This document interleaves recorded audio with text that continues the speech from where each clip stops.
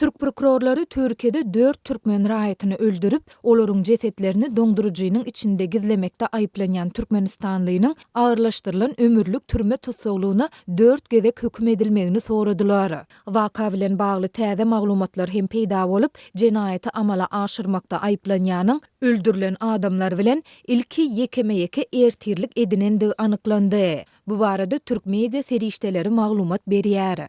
4 Türkmen raýatynyň jesetleriniň doňdurujynyň içine tapylmagy bilen bagly tutsag edilen SH barada guramalaşdyryp elhenç duýgu bilen ýa-da eziýet berip 3 aýaly bilkasaýyn öldürmek we guramalaşdyryp elhenç duýgu bilen ýa-da eziýet berip bilkasaýyn adam öldürmek jinaýatlary bilen agyrlaşdyrylan ömürlük türme tutsaglygyna 4 gezek höküm edilmegi soralyp sudy iş açyldy.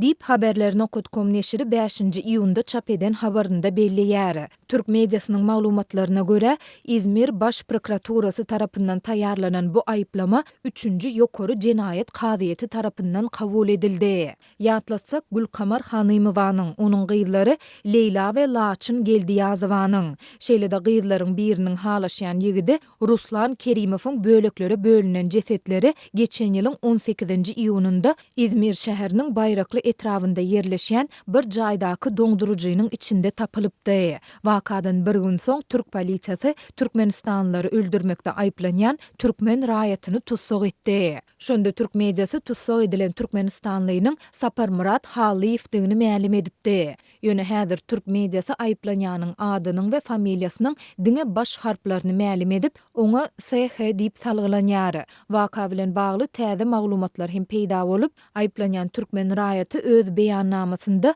Gülkamaryň özüne ikilik edýändiginden guman edendigini we onuň mobil telefonuna söhbetdeşlikleri ýazgy edýän bir programmany gizlin yerleşdirendigini aýdýar. Aýplanýanyň programma esasında Gülkamaryň wakadan 2 we 9 aý öň başga erkekler bilen görüşendigini anyklandygy onuň aýplamadaky beýanynda bellenilýär diýilip habarda aýdylýar. Şeýle-de Türk prokurorlarynyň taýýarlanan aýplamasynda SH-nyň Gülkamar Hanymowany we onuň ýakyn garyndaşlaryny öldürmek maksady bilen olaryň öýüne barandygy we şonda öýde ýeki özü bolan Ruslan Kerimowy öldürendigi, soňra da Hanymowa we onuň gyzlary gelýänçe ertirlik taýýarlandygy hem bellenilýär.